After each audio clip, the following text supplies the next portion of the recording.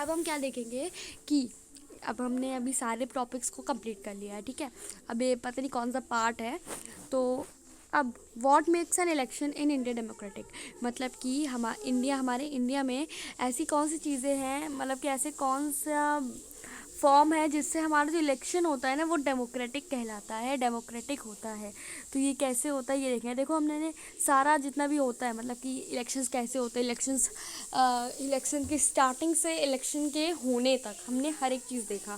तो अब हम देखेंगे कि इंडिया में इलेक्शन जो होता है वो डेमोक्रेटिक किस बेसिस पे होता है, मतलब कौन कौन डेमोक्रेटिक कहलाता है। तो इसके लिए यहाँ पे देखो आपको एक अलग अलग टॉपिक दिया जाएगा, जैसे कि इंडिपेंडेंट इलेक्शन कमीशन के थ्रू हमारे जो इलेक्शन होते हैं वो डेमोक्रेटिक होते हैं। ऐसे ही कुछ और टॉपिक्स हैं जिनके थ्रू हमारे इलेक्शन जो होता है वो डेमोक्रेटिक होता है। तो इसको हम लाइन टू लाइन पढ़ेंगे। तो we get to read a lot about unfair practices in elections. Newspapers and television reports often refer to such allegations. Most of these reports are about the following.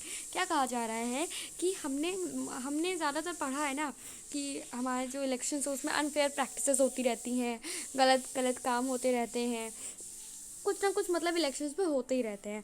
Newspapers में भी हमने देखा है, television में भी ऐसा आता रहता है, ये सारी एलिगेशंस जो है वो आती रहती है। तो इसमें से ज़्यादातर रिपोर्ट्स होती हैं, ऐसी जो रिपोर्ट जो कि न्यूज़पेपर्स में टेलीविज़न में आती हैं वो क्या होती है, ये देखिए ये पॉइंट्स हैं, आपको पता चलेंगे कि क्या क्या क्या रिपोर्ट्स होती हैं। Inclusion of false names and exclusion of genuine names in the voters list. क्या होता है कि वोटर्स लिस्ट में जो जिनका नाम नहीं होना चाहिए था उनका नाम जुड़ जाता है, और जिनका नाम होना चाहिए था उनका नाम हट जाता है। तो ये होता है। Miss use of government facilities and officials by the ruling party. तो रूलिंग पार्टी जो होती है ना, जो रूलिंग पार्टी और इसकी सरकार चल रही होती है और इलेक्शन जब होने वाले होते हैं तब क्या होता है, गवर्नमेंट की जो फैसिलिटीज़ होती है ना उनका मिसयूज़ करती है। कौन? Ruling party. क्योंकि भाई उनके पास क्या होता है, अभी उनके पास सत्ता है, तो उनके पास अभी पावर है, तो वो गवर्नमेंट की फैसिलिटीज़ का मिसयूज़ करती है।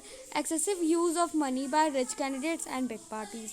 जो जो मनी का, पैसे का क्या करते हैं, जो रिच कैंडिडेट्स, जो अमीर कैंडिडेट्स होते हैं, और जो बिग पार्टीज़ होती हैं, बड़ी बड़ी पार्टीज़ होती हैं ना, वो पैसे का ज़्यादा इस्तेमाल कर लेती है। पैसे का इस्तेमाल करना मतलब कि मिसयूज़ करती हैं, मतलब कहने का मतलब अगर हम आपको एक एग्जांपल दें, एग्जांपल के तौर पे जैसे इलेक्शंस हो रहे हैं तो इलेक्शन कैंपेनिंग करते समय वो क्या करते हैं, लोगों को ख़रीदने लग जाते हैं पैसे के थ्रू, पैसा दे दे के वो वोट डालने को कहते हैं। तो ये सब होता है पैसे के through. Intimidation of voters and rigging on the polling day मतलब जिस दिन वोटिंग का दिन होता है, इलेक्शन डे वो जिस दिन होता है उसी दिन क्या वोटर्स को ख़रीदना वो सब हो जाता है, रिगिंग होती है, मतलब वोटर्स को खरीदने का कोशिश की जाती है कि वोटर्स को अपने तरफ कर लिया जाए। Many of these reports are correct. इसमें ज़्यादातर हमें रिपोर्ट्स जो होती है ना वो करेक्ट साबित हो जाती है कि हाँ ऐसा होता है। तो इस चीज़ से क्या होता है, हम अनहैप्पी फील करने लग जाते हैं इस रिपोर्ट्स को देख के। लेकिन but fortunately they are not on such a scale so as to defeat the very purpose of elections। लेकिन एक बात अच्छी ये है कि हमारे कंट्री में हमारे इलेक्शंस में इस तरह के जो स्केल्स होते हैं ना, ये जो इस तरह के स्केल्स होते हैं ना ये कम हो जाते हैं हमारे इलेक्शंस में। ऐसा बहुत ही कम होता है, हारते हुए मतलब नज़र आ रहे हैं, ऐसी चीज़ें बहुत ही कम दिखती हैं और हारती हुई नज़र आ रही है कि ऐसा कुछ अब नहीं होगा। तो ये ऐसा है। तो अब ये जो है ना, जो हमने बोला अभी कि हारती हुई नज़र आ रही है और इलेक्शंस में ये सारी चीज़ें बहुत कम हो रही है, तो दिस बिकम्स क्लियर। ये चीज़ क्लियर हो जाएगी अगर हम आपसे एक बेसिक क्वेश्चन पूछेंगे, तो उससे ये एक चीज़ क्लियर हो जाएगी। Can a party win an election and come to power not because it has power popular support but through electoral मालबैट प्रैक्टिसेस। कहा जा रहा है कि अगर हम ये बेसिक क्वेश्चन पूछेंगे तो आपको क्लियर हो जाएगा कि हाँ हम ये सारी जो चीज़ें हैं ना ये कम हो गई हैं, ये अब हमारी कंट्री में बहुत कम होती है। इस क्वेश्चन के थ्रू, क्वेश्चन में क्या कहा जा रहा है कि क्या एक पार्टी जो है वो जीत सकती है एक इलेक्शन को and come to power not because it has popular support. और देखो एक पार्टी जो है वो जीत सकती है वो भी इस वजह से ही नहीं कि लोगों से उनको सपोर्ट मिला है, बल्कि इस वजह से ताकि उन्होंने जो इलेक्ट्रल मैल प्रैक्टिसेस की है, मतलब कि जो गलत काम से नहीं, लोगों से वोट दे के, लोगों को धरा धमका के, लोगों को पैसा दे के, तो इन सब चीज़ों से गवर्नमेंट ऑफिशियल्स का यूज़ करके इन सब चीज़ों से किया हो, किसी भी पार्टी ने पार्टी जीती हो, तो ऐसा बहुत कम होता है। कि देखिए क्योंकि देखो इन सब छोटी छोटी चीज़ों से इन सब छोटी छोटी चीज़ों से हम पूरे इलेक्शन ख़राब नहीं होता हमारा। मतलब कि जैसे पीएम को चूज़ करना है, सीएम को चूज़ करना है, एमपी को, एमएलए को, तो इस चीज़ के बेसिस पे जो होता है ना, हमारे जो चूज़मेंट होता है हमारा, वो इतना ख़राब नहीं होता, मतलब इतना ज़्यादा अफेक्ट नहीं करती ये सारी चीज़ें। तो वही कहा जा रहा है। तो this is a whittle question, कहा जा रहा है काफ़ी important question. Let us carefully examine various aspects of this question. हम इसको कैसे एग्जामिन करें, इस क्वेश्चन को, कि हमारी जो पार्टी है वो जीत जाती है हमसे पॉपुलर सपोर्ट लेके नहीं, बल्कि गलत कामों को करके। तो इसके लिए अगर हमें ये जानना है कि ऐसा सच में होता है कि नहीं होता, वैसे तो नहीं होता, आप भी जानते हो, लेकिन उसके लिए हम ये सारे टॉपिक्स को कवर करेंगे। जैसे कि इंडिपेंडेंट इलेक्शन कमीशन, मतलब इलेक्शन कमीशन हम अभी तक पढ़ते आए तो नहीं है, वैसे वर्ड यूज़ नहीं हुआ है ये अभी तक, लेकिन इसका पूरे मतलब कि इलेक्शन में हर एक चीज़ में इसका रोल होता है। इलेक्शन कमीशन क्या होता है हम देखेंगे अभी। तो इलेक्शन कमीशन क्या होता है, सबसे इजी चीज़ कि इलेक्शन कमीशन होता क्या है। कमिश्नर ऑफ इलेक्शन, इलेक्शन का कमिश्नर, इलेक्शन का हेड, आप ऐसे ही जान लो, उसके वर्ड से ही जान लो। कहने का मतलब कि जो इलेक्शन होता है उसके स्टार्टिंग से लेके उसके एंड तक, इलेक्शन होने तक, इलेक्शन के शुरू होने से इलेक्शन के ख़त्म होने तक, हर एक चीज़ की ड्यूटी जो होती है ना, वो इलेक्शन कमिश्नर के पास ही होती है। तो इसीलिए देखो, इलेक्शन कमीशन के आगे इंडिपेंडेंट भी लिखा है। इंडिपेंडेंट क्यों है ये, तो ये भी हम आगे जानेंगे क्यों है। क्योंकि देखो, भले ही इसे जिसने भी अपॉइंट किया हो, लेकिन ये जो है ना इलेक्शन कमिश्नर जो भी होता है, उसके पास हर एक किसी चीज़ से डर नहीं होता। उसे किसी भी इंसान से, किसी भी पर्सन से, किसी भी पार्टी से, किसी भी कोई गवर्नमेंट से भी उसे डर नहीं होता। जब इलेक्शन होते हैं तो गवर्नमेंट भी उसके आगे झुक जाती है। किसके आगे, इलेक्शन कमिश्नर के आगे। तो इलेक्शन कमिश्नर के आगे किसी मतलब उस पर दबाव नहीं होता है किसी भी, ना ही पार्टी का प्रेशर होता है, ना ही किसी चीज़ का प्रेशर होता है। तो इसीलिए वो इंडिपेंडेंट चीज़ें कर सकती हैं, करती भी हैं, वो इंडिपेंडेंट चीज़ें करती हैं। तो देखते हैं, स्टार्टिंग से आप पढ़ते हैं। One simple way of checking whether elections are fair और not is to look at who conducts the elections. देखो, सबसे सिंपल वे है कि हम चेकिंग कैसे करें कि इलेक्शन जो है हमारे वो अच्छे से चल रहे हैं या नहीं चल रहे हैं, या केवल दिख ही रहे हैं कि हाँ भाई अच्छे चल रहे हैं, लेकिन अच्छे से नहीं दिख रहे हैं, अच्छे से चल नहीं रहे हैं। तो सबसे फेयर वे क्या है कि कौन इलेक्शंस को कंडक्ट कर रहा है, मतलब कि इलेक्शंस में कौन है। अब देखो, जैसे बैटिंग होती है, तो बैटिंग तो होती है, लेकिन जो बैट्समैन, देखो बैटिंग हो रही है, अगर आपने किसी से कहा कि भाई अब बैटिंग हो रही है, हमें 200 रन्स की ज़रूरत है, 200 रन्स बनाने हैं, और ये लास्ट बैटर बचा हुआ है, तो आप सबसे पहले क्या पूछोगे कि ये बैटर कौन है। अगर बैट्समैन अच्छा है तो हो सकता है कि हमें इतना रन मिल जाए, और अगर बैट्समैन अच्छा नहीं है तो ऑब्वियस सी बात है ऐसा कुछ नहीं होने वाला। तो वही चीज़ यहाँ पे भी अप्लाई होगी कि इलेक्शन अच्छे से चल रहे हैं कि नहीं चल रहे हैं। उसके लिए इलेक्शन को कौन हेल्ड कर रहा है, कंडक्ट कर रहा है, ये देखना होता है। तो are they independent of the government, मतलब कि पूछा जा रहा है कि कौन इलेक्शंस को हेल्ड कर रहा है, क्या वो इंडिपेंडेंट है, क्या वो इंडिपेंडेंट है, गवर्नमेंट से भी इंडिपेंडेंट है, और कैन द गवर्नमेंट और द रूलिंग पार्टी इन्फ्लुएंस और प्रेशराइज देम, या फिर जो भी कंडक्ट कर रहा है इलेक्शन को, क्या पता वो गवर्नमेंट के मतलब कि गवर्नमेंट जो है वो उन्हें इन्फ्लुएंस ना कर रही हो, या फिर उन्हें प्रेशराइज ना कर रही हो, ना रूलिंग पार्टी जो है मतलब जिसकी सत्ता है वो उसे प्रेशराइज ना कर रही हो। क्योंकि देखो, वो सब प्रेशराइज करेंगी तो उन्हें, तो इलेक्शन कमिश्नर को तो उन्हीं की तरफ झुकना होगा, और रूलिंग पार्टी को दोबारा जिता देना होगा, तो यही होगा। तो इस तरह से तो नहीं होना चाहिए ना, तो इसीलिए डेमोक्रेटिक तो कहलाएगा ही नहीं। इसीलिए क्या हुआ, इलेक्शन कमिश्नर को एकदम इंडिपेंडेंट कर दिया गया है, वो गवर्नमेंट से भी दबी नहीं है, गवर्नमेंट से भी दबी नहीं है, वो प्रेशराइज नहीं है। Do they have enough powers to be able to conduct free and fair elections, क्या उनके पास इनफ पावर्स हैं, इतनी समाप्त शक्ति है कि वो फ्री और फेयर इलेक्शंस करा सके। Do they actually use these powers, क्या वो अपनी पावर्स को यूज़ करती भी है, मतलब कि कहने का मतलब कि वो अपनी पावर्स को सही जगह पर इस्तेमाल करती भी है कि नहीं करती हैं। तो the answer to all these question is quite positive for our country, हमारी कंट्री में, क्योंकि हमारे कंट्री के जो इलेक्शन कमिश्नर हैं वो काफ़ी अच्छे हैं, और वो मतलब कि अच्छे कहने का मतलब कि दूसरे कंट्रीज़ से काफ़ी इंडिपेंडेंट है, मतलब कि उन्हें किसी भी चीज़ का डर नहीं है, चाहे वो गवर्नमेंट ही क्यों ना हो। तो इन सारे क्वेश्चंस का कि वो कोई ने प्रेशराइज तो नहीं किया है, कि वो इंडिपेंडेंट है कि नहीं, कोई भी रूलिंग पार्टी या फिर गवर्नमेंट उन्हें इन्फ्लुएंस ना कर रही हो, या फिर उनके पास इनफ पास है कि नहीं, क्या वो हम फ्री और फेयर इलेक्शंस करा सकते हैं कि नहीं।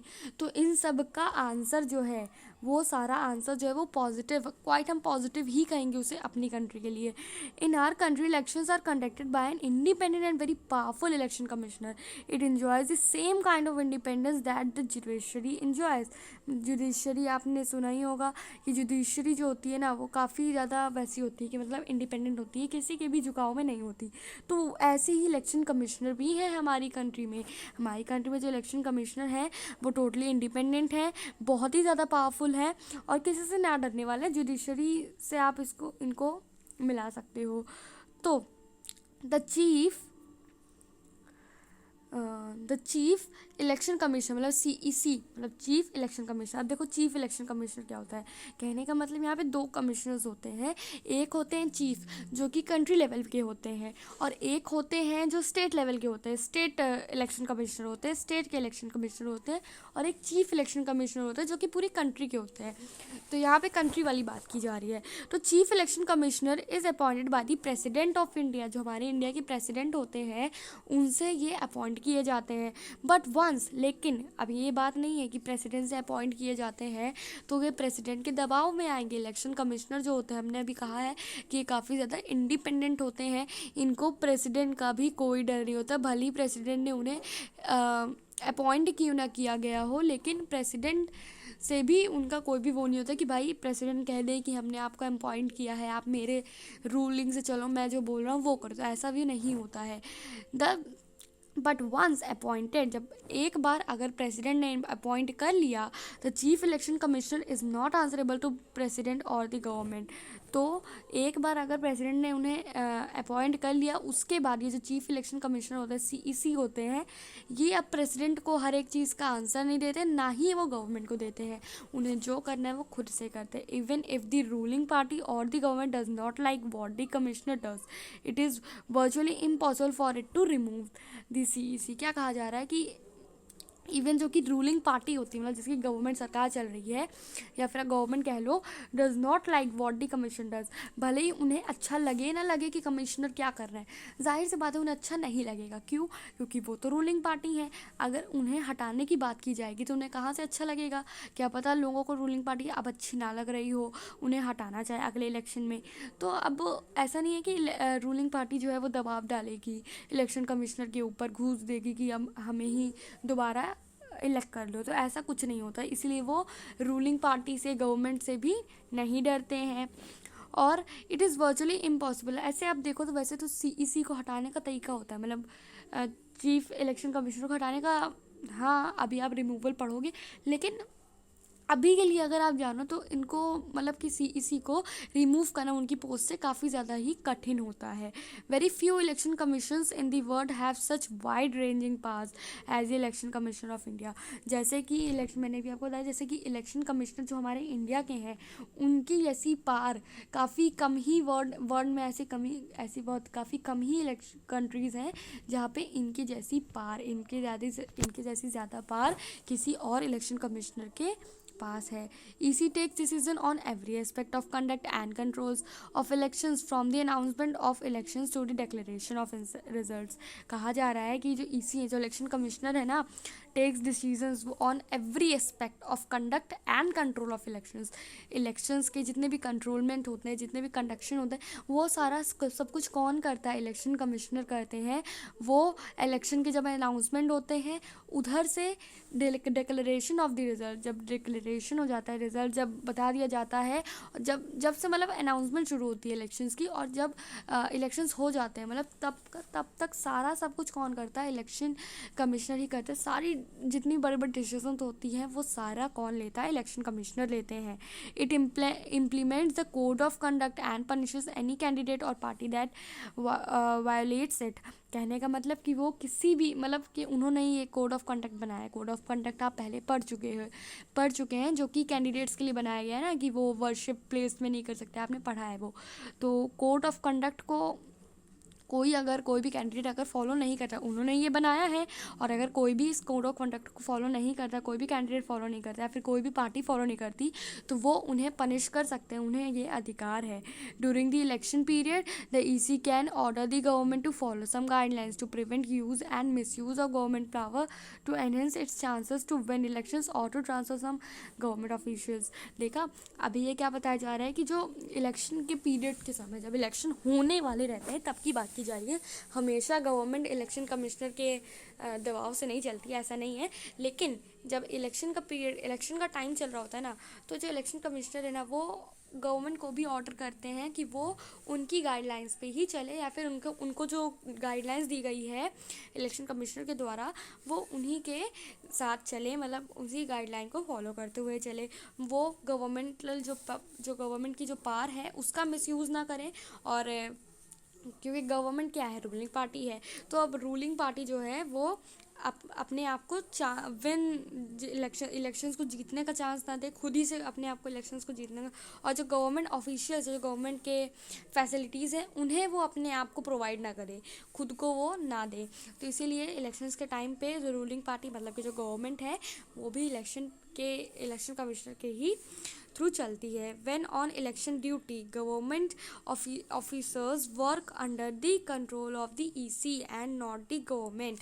तो जब इलेक्शन ड्यूटी होती है, मतलब कि ड्यूटी ऑफ इलेक्शन, जब इलेक्शन होता रहता है, और जो गवर्नमेंट के जो ऑफिसर्स होते हैं वो इलेक्शन की ड्यूटी में होते हैं, ड्यूटी ऑफ इलेक्शन में होते हैं, तब वो किसके अंडर में काम करते हैं? तब वो इलेक्शन कमिश्नर के अंडर में काम करते हैं, गवर्नमेंट के अंडर में काम नहीं करते। अगर वो गवर्नमेंट के अंडर में काम करेंगे तो सारा सब कुछ रूलिंग पार्टी की तरफ जाएगा, इसीलिए इलेक्शन कमिश्नर के अंडर में सब काम करते हैं। इन द लास्ट 25 years और सो the election commission has begun to exercise all its powers and even expand them. It is very common now for the election commissioner to reprimand the government and administration for their lapses. क्या कहा जा रहा है कि हमारे कुछ 25 सालों से जो इलेक्शन कमिश्नर है वो शुरू हुआ है, और उन्होंने अपनी सारी पास को एक्सरसाइज किया है एंड इवन एक्सपैंड है, और उन्हें बढ़ाया है। मतलब कि पहले से उनकी पावर और बढ़ गई है, 25 सालों में उनकी पावर और बढ़ गई है, किसकी? इलेक्शन कमिश्नर की। और it is very common now, अब ये काफ़ी ज़्यादा कॉमन हो गया इलेक्शन कमिश्नर के लिए, टू रिप्रीमेंट द गवर्नमेंट, कि वो गवर्नमेंट को अपने हिसाब से चला सके, रिप्रीमेंट कर सके, और एडमिनिस्ट्रेशन को भी अपने हिसाब से, मतलब जब इलेक्शन होते हैं तो वो सब कुछ इंडिपेंडेंट तरीके से कर सके। When election officials come to the opinion that polling was not fair in some booths or even or an entire constituency they order a repoll. अब क्या कहा जा रहा है, जब इलेक्शन का जो इलेक्शन ऑफिशियल्स में क्या होता है कि कभी कभी जो पोलिंग होती है, जो वोटिंग होती है, वो सही तरीके से नहीं चलती। कुछ बूथ्स में, कुछ पोलिंग बूथ्स में सही तरीके से वोटिंग जो है वो नहीं चलती। किसी कॉन्स्टिट्यूंसी में अगर सही तरीके से नहीं चलती है, कॉन्स्टिट्यूंसी में सही तरीके से नहीं चलती है, तो जो इलेक्शन कमिश्नर होते हैं उनके तक जब खबर पहुंचती है तो क्या करते हैं, उस पूरे कॉन्स्टिट्यूंसी में फिर से इलेक्शन कराते हैं, चाहे वो किसी भी पार्टी को अच्छा लगे ना लगे, लेकिन वो दोबारा इलेक्शन कराते हैं। अभी आपको आगे बताया जाएगा, the ruling parties often do not like what the EC does. तो जो रूलिंग पार्टी होती है, भले ही रूलिंग पार्टीज जो होती हैं, भले ही उन्हें अच्छा ना लगे कि वो दोबारा इलेक्शन करा रहे हैं किसी कॉन्स्टिट्यूंसी में, तब भी इलेक्शन कमिश्नर अपना काम अपने हिसाब से करते हैं। But they have to obey, this would not have happened if the EC was not independent and powerful. तो ये सब कैसे होता है, ईसी इतना कुछ कैसे करते हैं? ईसी मतलब कि दोबारा किसी कॉन्स्टिट्यूंसी में दोबारा इलेक्शन कराना, ये सारी पावर कैसे आती है उनके पास? भाई उनके पास पावर है क्योंकि वो गवर्नमेंट से नहीं डरते, ना ही वो किसी चीज़ से डरते हैं, तो इसीलिए उनके पास ये सारी पास जो होती हैं वो होती हैं।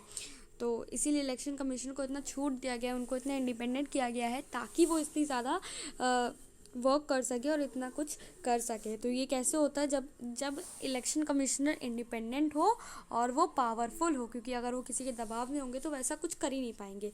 कुछ देश के लिए वो कुछ करना भी चाहेंगे तो नहीं कर पाएंगे।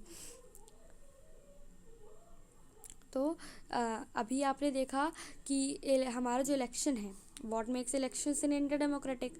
तो इसमें इंडिपेंडेंट इलेक्शन कमीशन, कि जब इलेक्शन कमिश्नर जब इंडिपेंडेंट होता है तब हम क्या कह सकते हैं कि हमारा जो इलेक्शन है वो इंडिया का वो डेमोक्रेटिक है। तो एक बेसिस ये होगा कि हाँ, अब हमारा इंडिया का इलेक्शन जो है वो डेमोक्रेटिक है। दूसरा पार्ट क्या होगा कि पॉपुलर पार्टिसिपेशन, मतलब कि अब यहाँ पे अभी मतलब नहीं बताएंगे, अभी तो जब हम पूरा पढ़ेंगे तब हमें मतलब पता चलेगा। अब हम पॉपुलर पार्टिसिपेशन देखें, हम तो ये समझ ही गए हैं कि जब इंडिपेंडेंट होगा इलेक्शन कमिश्नर तब हमारे जो इंडिया का जो इलेक्शन होगा वो डेमोक्रेटिक कहलाएगा। अब हम देखेंगे कि पॉपुलर पार्टिसिपेशन के थ्रू कैसे हम कह सकते हैं कि हमारा जो इलेक्शन है वो डेमोक्रेटिक है। इसके बाद पॉपुलर पार्टिसिपेशन के थ्रू हम बोलेंगे, उसके बाद और भी आएंगे जैसे कि एक्सेप्टेंस ऑफ इलेक्शन आउटकम। तो इससे भी हम देखेंगे कि कैसे हमारा जो इंडिया है उसमें इलेक्शन जो होते हैं वो डेमोक्रेटिक होते हैं, ये देखेंगे। उसके बाद इसके बाद ये दूसरा टॉपिक आ जाएगा, challenges to free and fair elections. Free और फेयर इलेक्शंस के क्या चैलेंजेस होते हैं वो सब देखेंगे। फिर चैप्टर ख़त्म है आपका, ताली बजाओ, चैप्टर फिर ख़त्म ही है, कुछ नहीं बचा है। So thank you. आगे भी हम अभी पढ़ेंगे, कहाँ पे हैं, पॉपुलर पार्टिसिपेशन। चैप्टर का बस ख़त्म ही है, बस पॉपुलर पार्टिसिपेशन अब हमें पढ़ना है। So in the next video we will study about popular participation. Thank you.